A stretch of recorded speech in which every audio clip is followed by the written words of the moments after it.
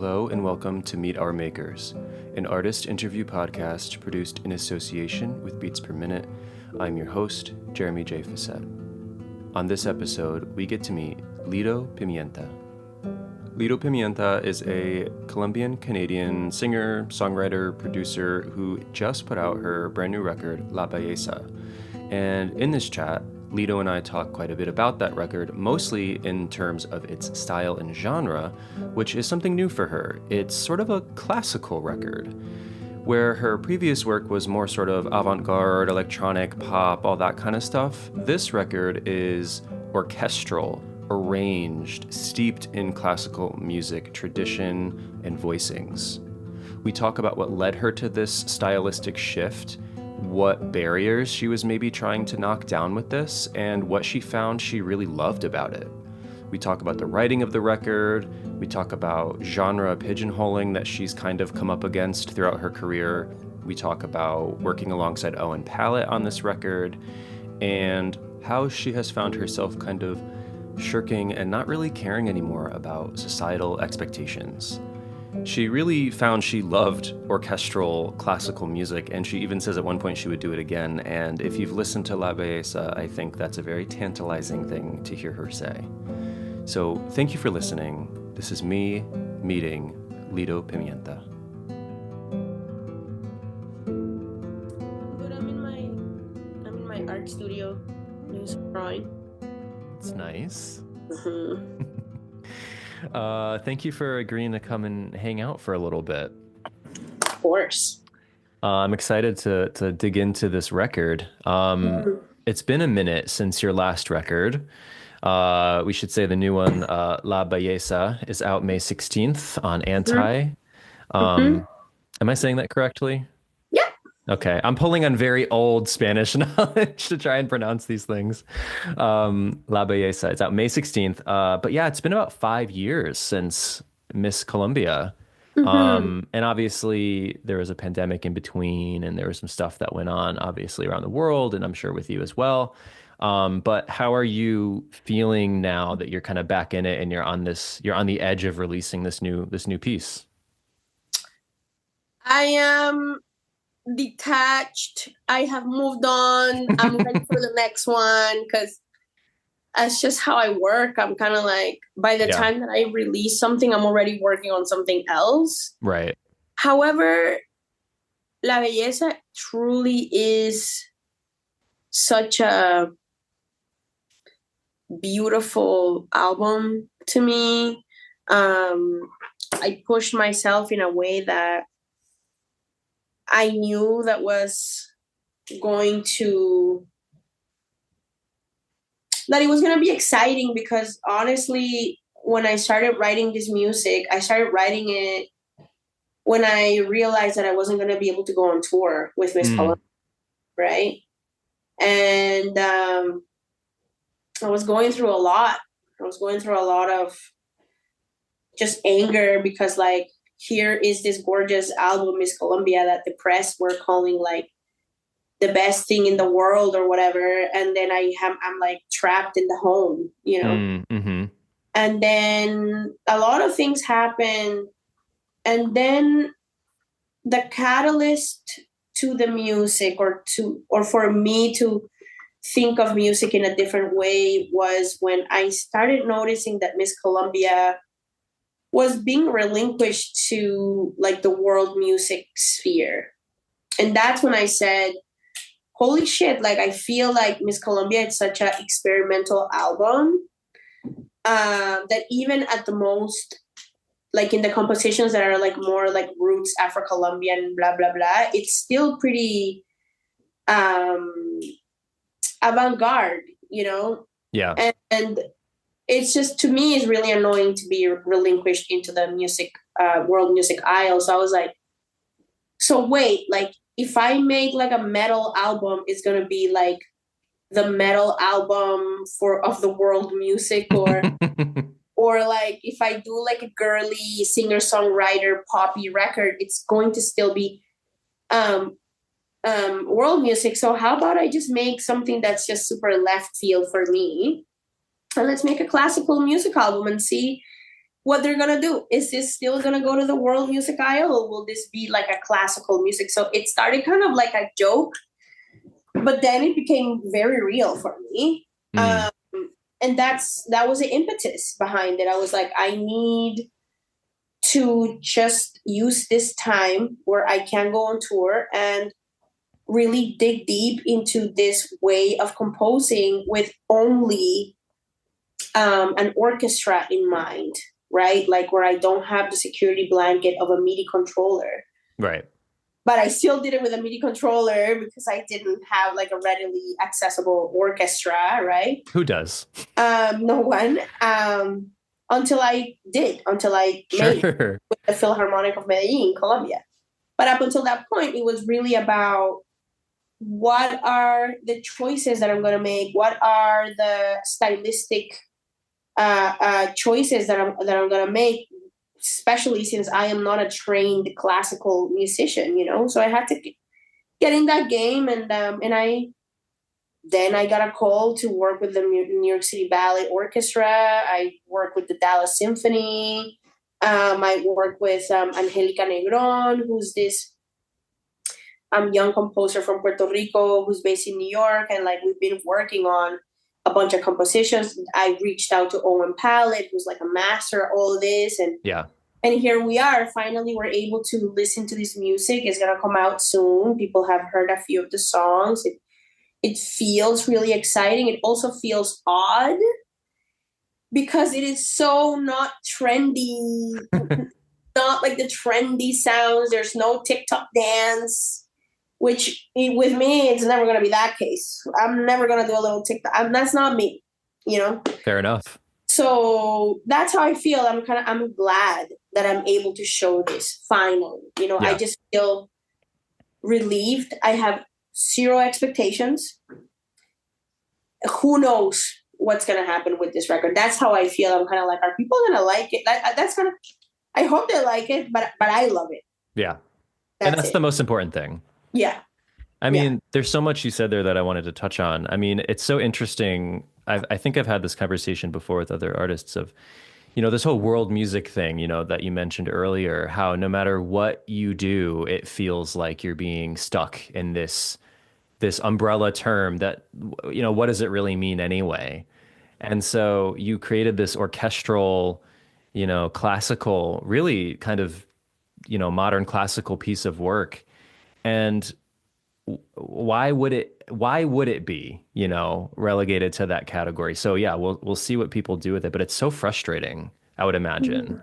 I think of other artists like Juana Molina, who makes just like strange electronic, ambient pop, but like so does Julia Holter.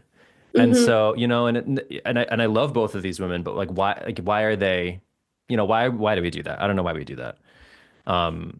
But because the global minority control the media. Yeah. Yeah.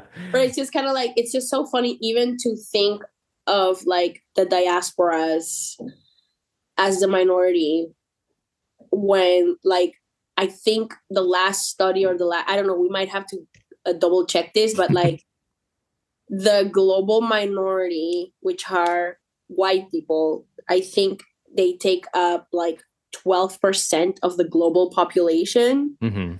So that's what makes it like sting more, right? That the world music, it really is like a small section in a record store. Yeah.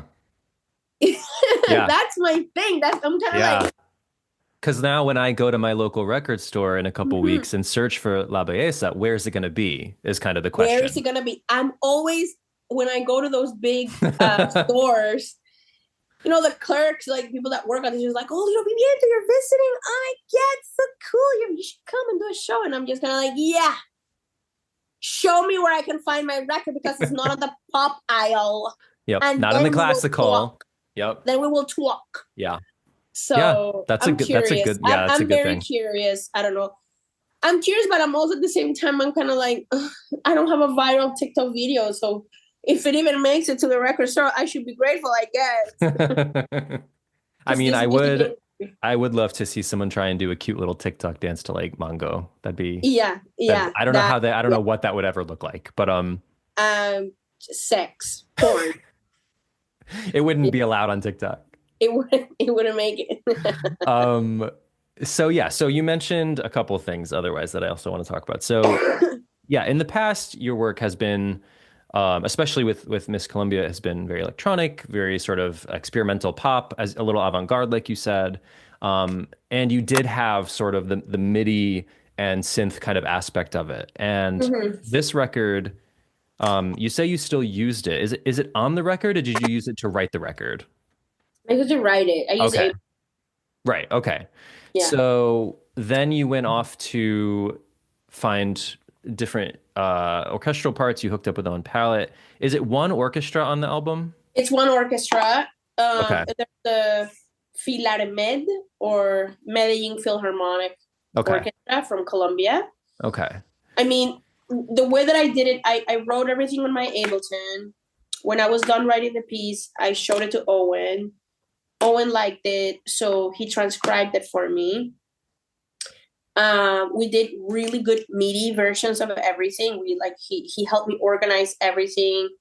We split the tracks. Then I went to Colombia, formed a 13-woman choir, Oh, cool. recorded the choir over the MIDI, and then went to Medellin like a year after when the music was fully done and realized. Mm. Recorded the orchestra, and then brought the music, everything back to Canada. And then I laid down my vocals. I added the final choir. I re-recorded another choir, and then I put everything together. And that's how I did the album. It's so cool because it's such a like patchwork thing, but it does not sound like it. No, no, It's no, no. very holistic. Yes, yes. Yeah. I mean, you gotta put the heart into the music, and I mean, I think it was really important that the orchestra is Colombian. Mm. Like, it was really important to me because even though it is, under the umbrella of classical music and the instrumentation is classical, European, the rhythms are not. Mm. And the movements are rooted for the most part in Colombian rhythms. Okay. And so I mean, I'm sure any European orchestra would have done a superb job, Right. but there's a Colombian Caribbean sentiment that I needed to feel so that I could feel like I could communicate with the band, Right. and Yeah. I needed the process of recording to not be excruciating. I didn't need like the fear of like I don't know what I'm doing. I Yeah. wanted to feel comfortable, so I found that peace with this orchestra. Now I did it. Now I have no problem with sending the score to whoever in whatever country, and then let's do it when the time comes. Right. But at the time, it was really important to do an album with people that understood where the rhythms came from, because it really helps. Yeah. Oh Yeah. yeah. No, because I would imagine that most of the players would understand without having to like research, Mm-hmm. like how to feel through those movements and feel through those rhythms that you were aiming for. Mm-hmm. Do you see it's a 9 song record. It is relatively short. It's about a half hour long. Mm-hmm. Do you see it as a whole piece Yes. from front to back? Okay. Yes. So is that how, in an ideal situation, that's how it would also be performed, is in sequence? Yes. In an Okay. ideal situation, we have an hour and a half show, and we open with the piece, Hmm. and then we do, and then people go and have a break, and then they come back, and then we do a collection of all the other records and Right. like whatever. Yeah. So it does. I'm jumping ahead of my notes a little bit, but that's fine because I want to touch on this.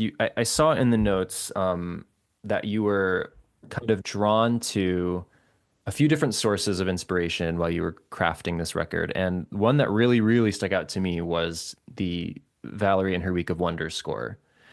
So for those who don't know, that is a pretty experimental Czech film from the 70s.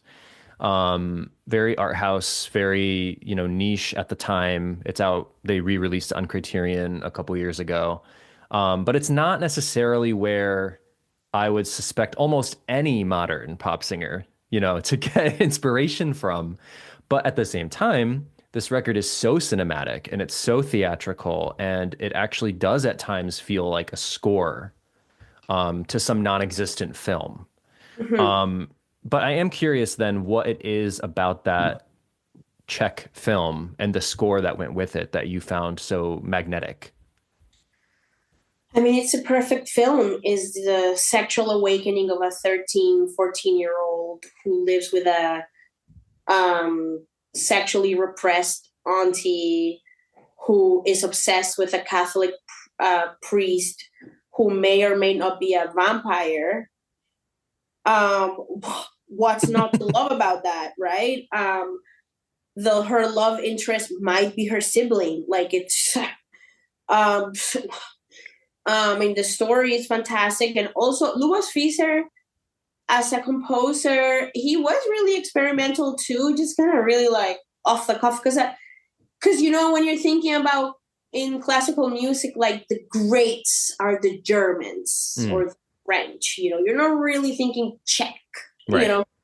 And I think that's funny because like, whenever you see like a meme or like a video of like white people fighting at the Walmart, people are just kind of like, of course it's just happening in Florida, or like, oh, of course it's at the Walmart. But my comments are always like, why don't white crime? Why don't white crime is out of control? So I always think that it's so funny when like Europeans, when they start like, we have the best food, like right. This dry bread and this raw meat, it's so much better and more expensive than like fresh Chinese cuisine, right? So it was kind of about that. It was kind of like, wow, this guy is just like Czech, like experimental, like freak. and if you listen to the Valerie and Her Week of Wonder soundtrack, there's some of the passages in his composition that sound like he did it with some like polyphonic synth, like it just sounds very modern, like some stuff that just if you speed it up and put some like dembow track on it, like this would like really hit hard at the club. So I just thought that was so cool that it is classical, but it's not really. I also like, I'm an artist. Like, I don't see myself as a musician. I don't see myself as a composer. I don't see myself as anything. I'm an artist. So when I see myself in the next 20 years of my life, I want to make film. So it's not an accident that you got that this is very cinematic. It's because when I am writing my music, like I always have a story. Yeah. Like nothing is accidental.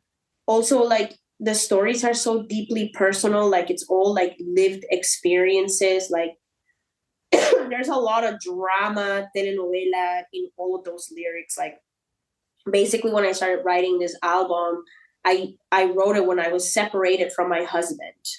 Okay. And then I thought that I was going to go back to being with like my first boyfriend in Colombia, because at that point I thought, oh yeah, the problem is that I live in Canada and I am a Caribbean woman and I need to go back to where I left off and everything is going to be fine. It's just kind of like, no, it's going to be bad. It's going to be a disaster.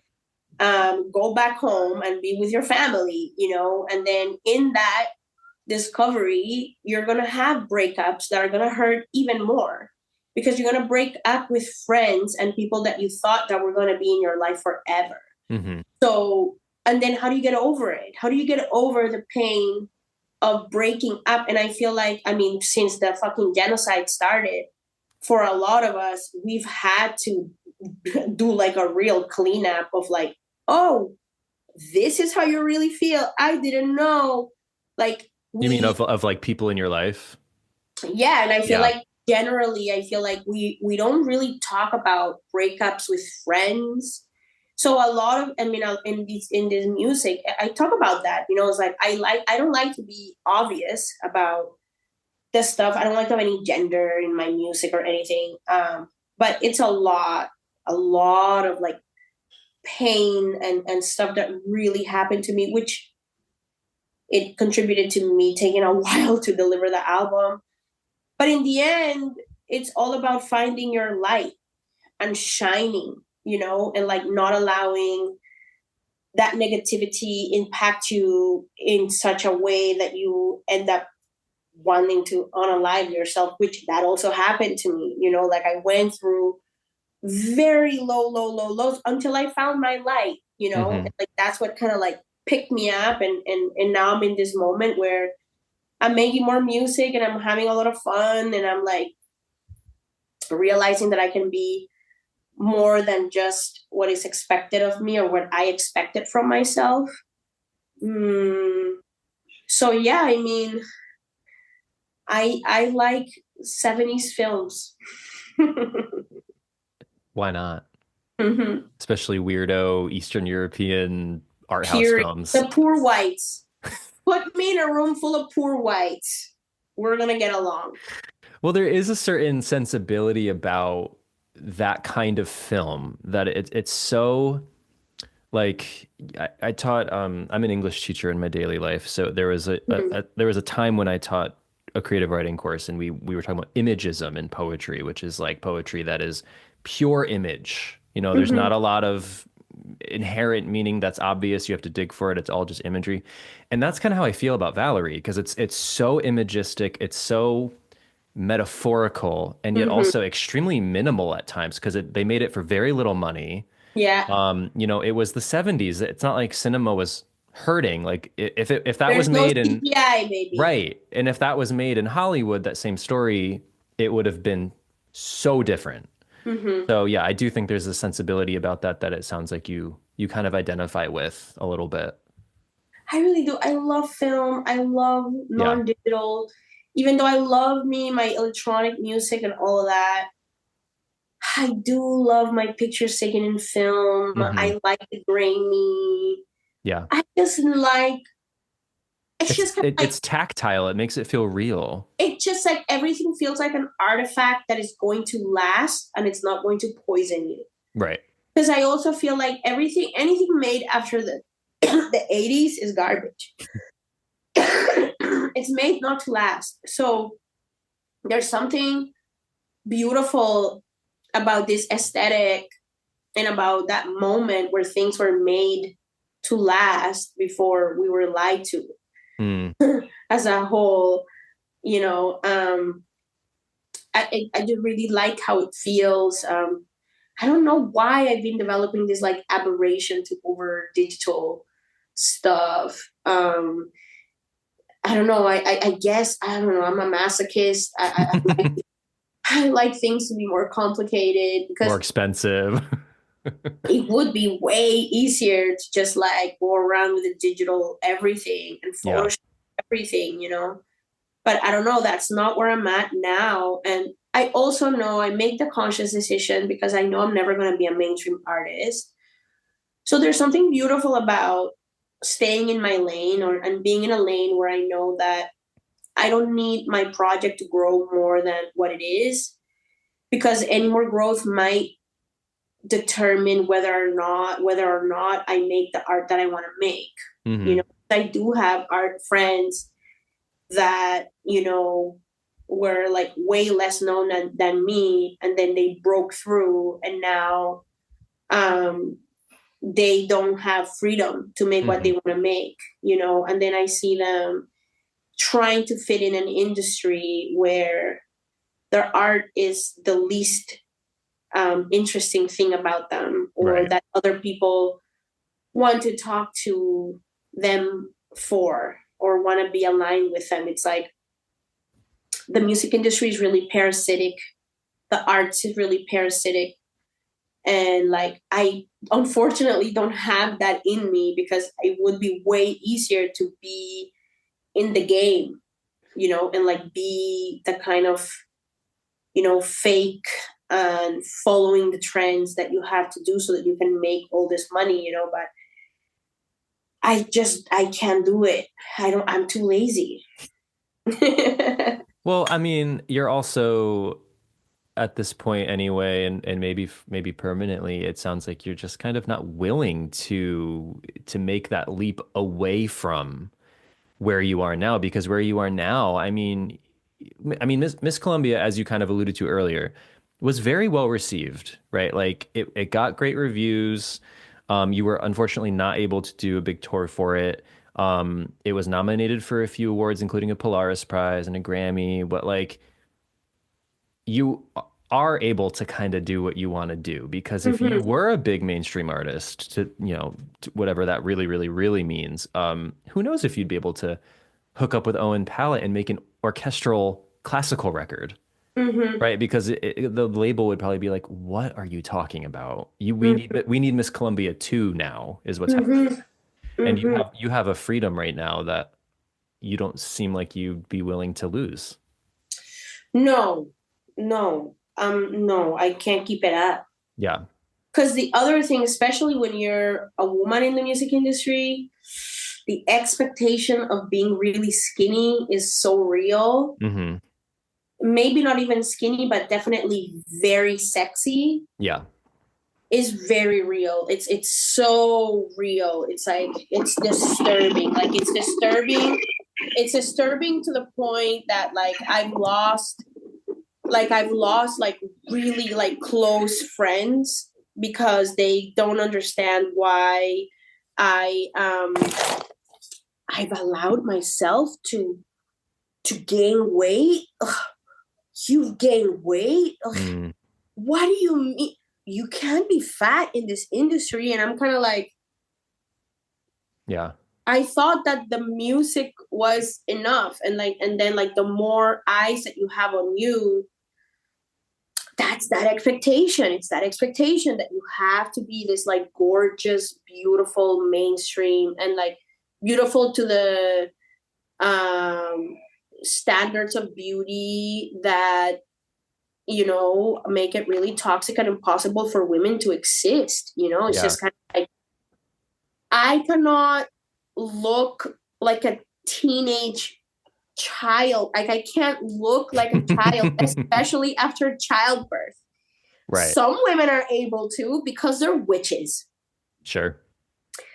But I'm a different kind of witch. I'm a different kind of witch, and my power is through my voice. Some of them are like through their bodies, and I really respect it. But that's not me. Like, sure. Ugh. So that's basically where I'm at. I'm kind of like, even my own mother. She's kind of like, if you would just wear tighter clothes, sex sells. And I'm like, yeah, but then what happens when everything goes down? What's going to happen when inevitably the outside is going to go to perish? And I'm looking forward to when my hair goes all white. I fantasize about being like the coolest, illest granny, like picking up my grandchildren after school with like my amazing fits. Like, I fantasize about that.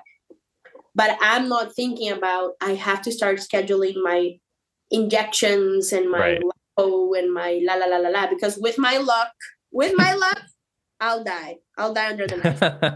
So is that partially where the title comes from? Because it translates to the beauty. The beauty. Is that kind of what inspired the direction of that? Yes. It's intrinsic. Okay. To me, what's beautiful is like a full-bodied woman walking down the street with a child on her hip and like her groceries on the other hand, and just like owning the road, Right. Like, to me, being in my hammock and like seeing like the mango tree like swaying with me, that's beautiful, because it's also like, I'm calling La Belleza an ode to the sublime, Mm. And very specifically, you as an English teacher, like, this, like in the movement, like rhetorical movement, like post-Renaissance and the movement of the sublime, immediately you go to the painting of, the man looking into the vast landscape at this like virgin, pure land that he's going to be conquering, but he's also taken aback at this beauty of nature, right? Yeah. So like that's sublime. But to me, it's kind of like I want to live in a world where when you type in the word sublime, images of, fat, black, trans, disabled woman come up, right? Like, because to me, like, that's beautiful. It's kind of like, why would I romanticize wealth? Right. Why would I romanticize colonial wealth? Like, it's kind of like, I saw this amazing meme, amazing, of, it's like a video of these people like celebrating, and they're like, ah! And like crying and like hugging each other. And then it said, Formula One fans celebrating the win of the richest driver with the most expensive car. Right. So to me, it just sums up our life in the modern world, in this post-capitalist, late-stage capitalistic world. Yeah. Where like, oh, so have we not realized the lie and the scam of our lives yet? Yeah. So to me, that's what's beautiful. To me, it's beautiful. It's just kind of like some girls with no money having the best style. That's beautiful, right? It's just kind of like, and when you look at like the like Fashion Week and like so many of these like fashion houses, they're just ripping off tribal designs. Yeah. They're ripping off like even their own culture, right? Yeah. It's just Bulgarian embroideries. It's just like all this, it just gets ripped off and then it gets resold. And so I love the Chinese renaissance of of being like, oh, that Louis Vuitton bag that you're buying for 10K? Well, we make it for 100 in China. Get with it. Yeah. So I just feel like that's beautiful. Yeah. Right? Like that's beautiful. So I love it's that. all about that. That's what the album is about. Cool. I like that. Hmm. We mentioned Owen Pallett earlier. I want to quickly talk about Owen.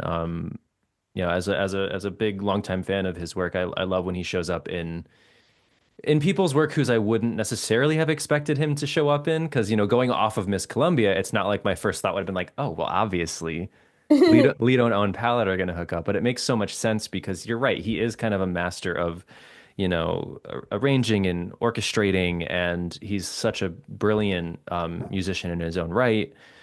So how did you two initially link up for this project? So I met Owen through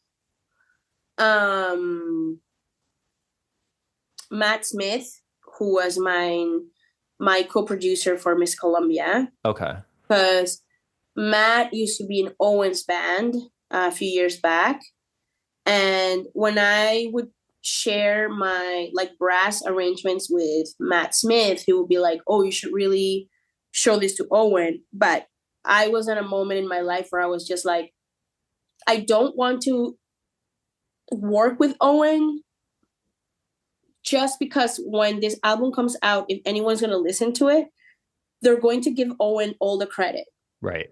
And it's just what always happens. It just always happens. If you're a woman and you work with a male producer, he did everything. That makes me think of Bjork's Vespertine, and I remember like Matmos got a ton of the credit for the production on Vespertine. Mm-hmm. But I interviewed Matmos a few years ago, and we mentioned that, and they're like, "Yeah, we did like 15% of it.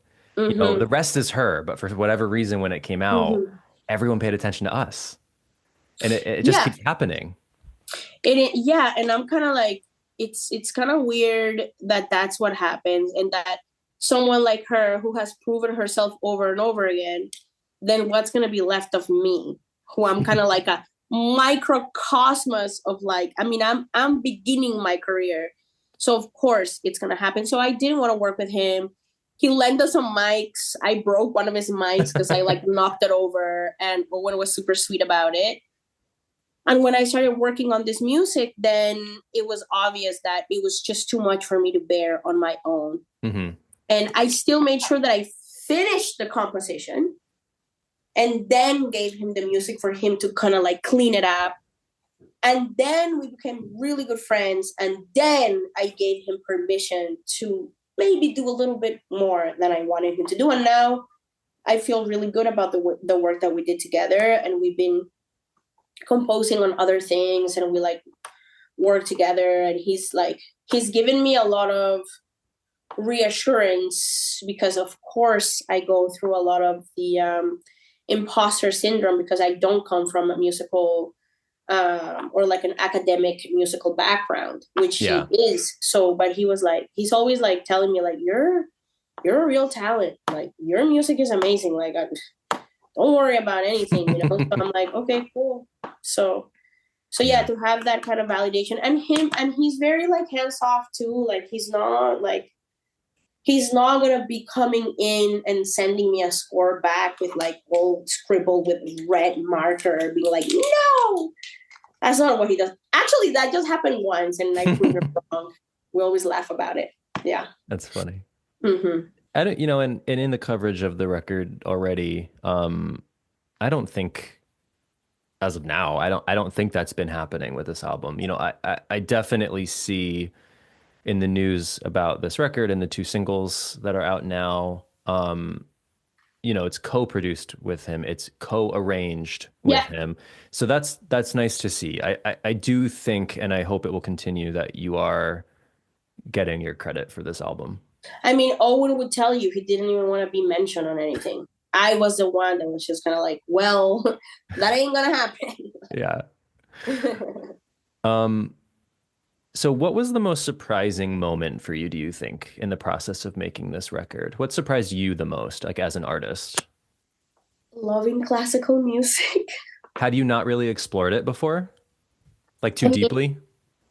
I've explored it in a cinematic. I've enjoyed it in the context of watching an incredible film that shook me to my core. Right.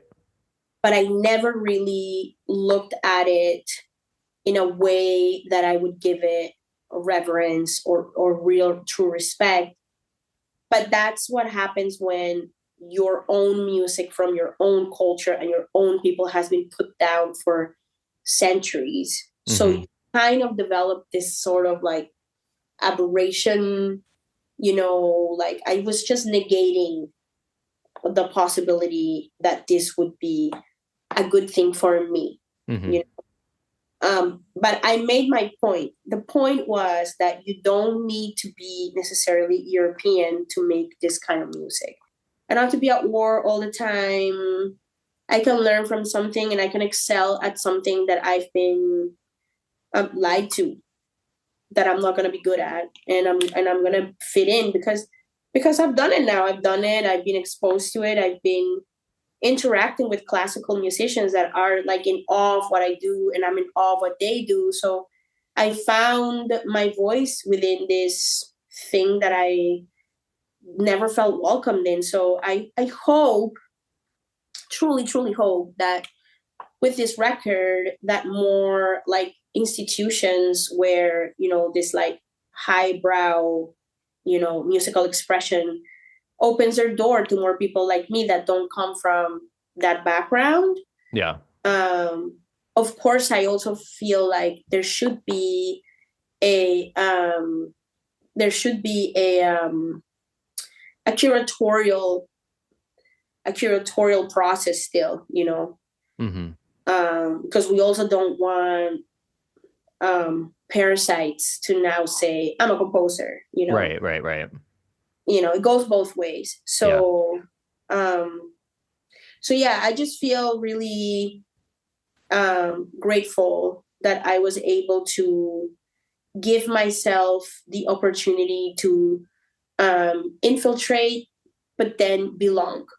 Right. With this music. And I have the New York City Ballet to thank for this. I have Andrew Lipton, who was the conductor, my original conductor, to thank him for that. I have to thank like the Dallas Symphony Orchestra and their conductor, Fabio, beautiful. I have to thank like the LA Philharmonic and the people behind it, because they've been watching over me and they've been really excited to see me in this light, and like, of course, like the Philharmonics in Colombia that are very excited too, that gave me a stage. So I feel like I am so blessed in that, there are people in this industry, if we can call it even an industry, that are excited for people like me to give the opportunity to people that don't think that they belong in this music to be a part of it, because it only makes it more rich, like the experience.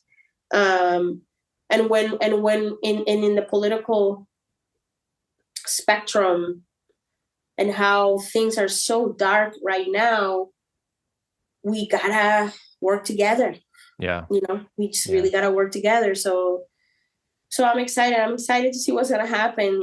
I'm excited. Yeah. I hope that we're able to present this music to a bunch of orchestras, and that in a year or two that we tour this with like proper orchestras. It'll be really nice. Yeah, it would sound beautiful to hear it with a actual live orchestra. Because I know you have one show on the books right now at the Walt Disney Concert Hall in November. Mm-hmm. I was going to ask if you were trying to set up future shows. So it sounds like that is in the works, or hoping to be in the works. Yeah. We're working toward it. Yeah. Yeah. Good. I love that you started this project sort of slightly as like a challenge to the industry, and now you're like, wait, I actually really like it here. Yeah, I love it. Would you do it again? Would you do another project like this? 100%. That's great. Mm-hmm. Yeah. So we should say again, this record we've been talking about, La Belleza, is out May 16th, very, very, very soon, on Anti. Thank you, Lido, so much for chatting with me. This was so fun. Super fun. Yeah, it's a beautiful record. Thank you. I'm very proud. Very proud. I can tell, and it's good to see. Mm-hmm. Mm-hmm. All right. Thank you so much, Lido. Thank you so much. I'll see you around. Take care. Yep. Take care. Bye. Bye.